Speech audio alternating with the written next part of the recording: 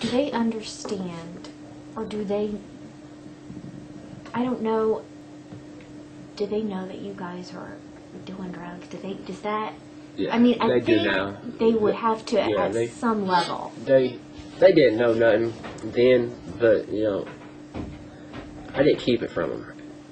After my accident and everything, I didn't keep none of it. I told them, you know, that Daddy was doing something really bad. He was, you know, and then what really got it them knowing was this segment that Jessica Hage's done, and they seen it on the news, and then that's when it's like, all right, and now I gotta explain to them what was going on, what happened, you know, because they didn't know where Deidre was at.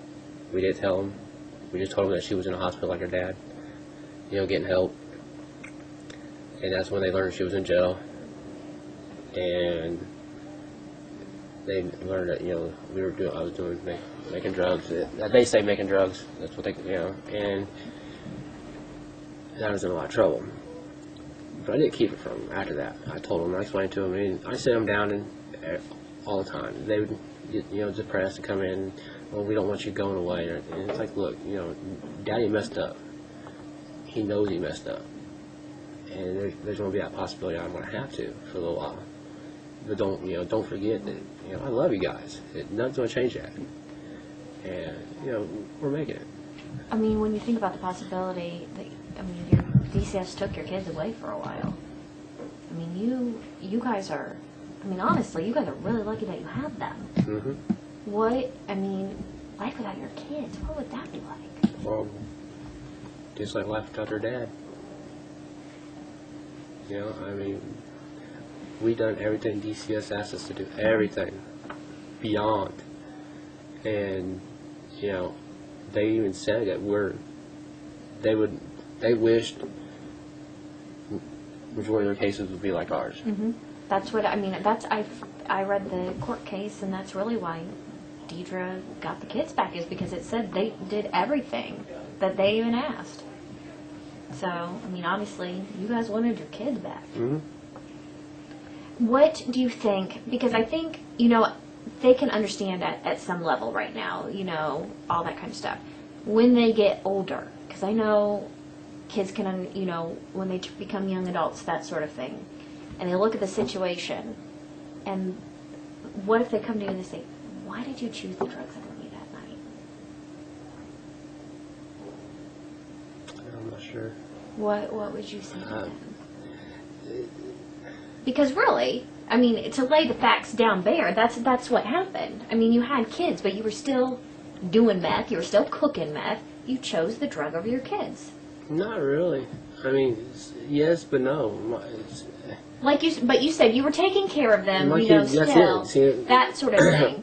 I mean, I look at it as in the people that's choosing their drugs over their children and everything, push their children to the side. Mm-hmm. And that's what their main concern is, that drug.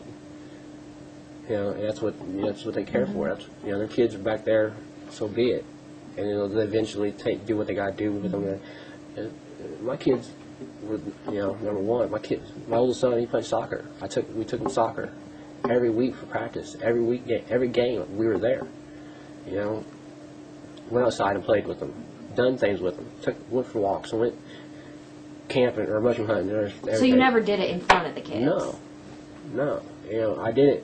You know, so I don't really look at that I pushed my kids away. I mean, yeah, I was making a mistake. I made a mistake. You know, I'm going to be the first one to admit it. That could have jeopardized. Yeah, but my children were still at the top of my list. You know, it wasn't, okay, I got to get high and then, you know, rest of my kids. No. Now, you said that your mom and dad didn't know that this was going on, correct? Correct. Until it happened. Mm-hmm. Are you... Is that a shameful thing to you that they had to see you go through this, they had to see their grandkids almost get taken away? Yeah, it was. That's another thing with it. You know, it was really rough knowing that they had to find out that way, and then the thing was the support they gave me after the fact. You know, they were there behind me 110%. Me and Dee both. You Did know, that surprise you? yes, it really did. Yes, just knowing. I mean, because the circumstances. Look what I was doing. You know, look what I caused. The what ifs. You know, that really hit you hard.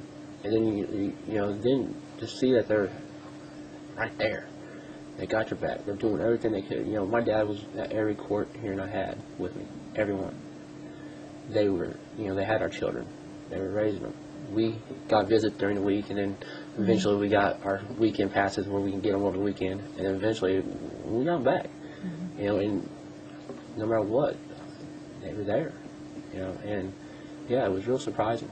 It shocked me. You know, I mean, everybody in my family.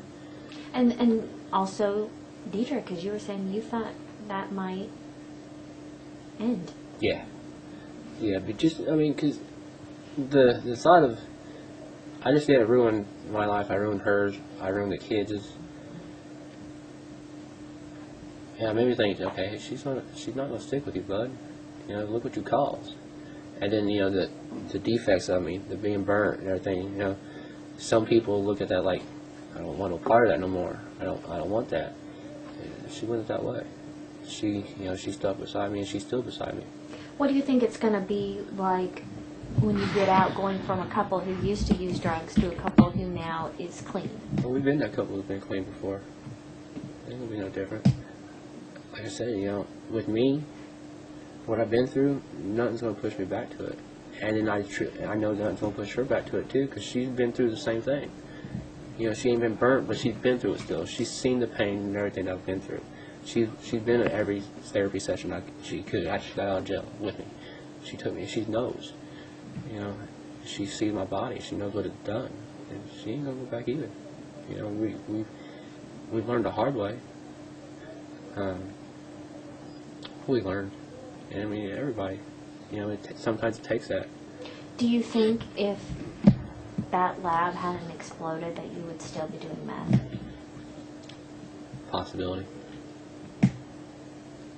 At the beginning, yeah, I knew. You know, talking over with family and friends and everything. You know, that, yeah, if the lab didn't blow up, I'd probably still be doing it. Do you think it probably would have ended up killing you? That would probably have been... Possibility. I mean, but like, you know, everything happens for a reason. It was the Lord's way of telling me, hey, bro, you need to stop. You know, and kind of hard, dramatic way of telling me, but it worked. I mean, it truly worked. I'm done. I ain't going back. It's not worth it. Do you think it's going to be hard because, you know, even though your goal is to work hard at sobriety, you know, you're going to be an 80-year-old man and still have the scars of a meth addict? Constant reminder.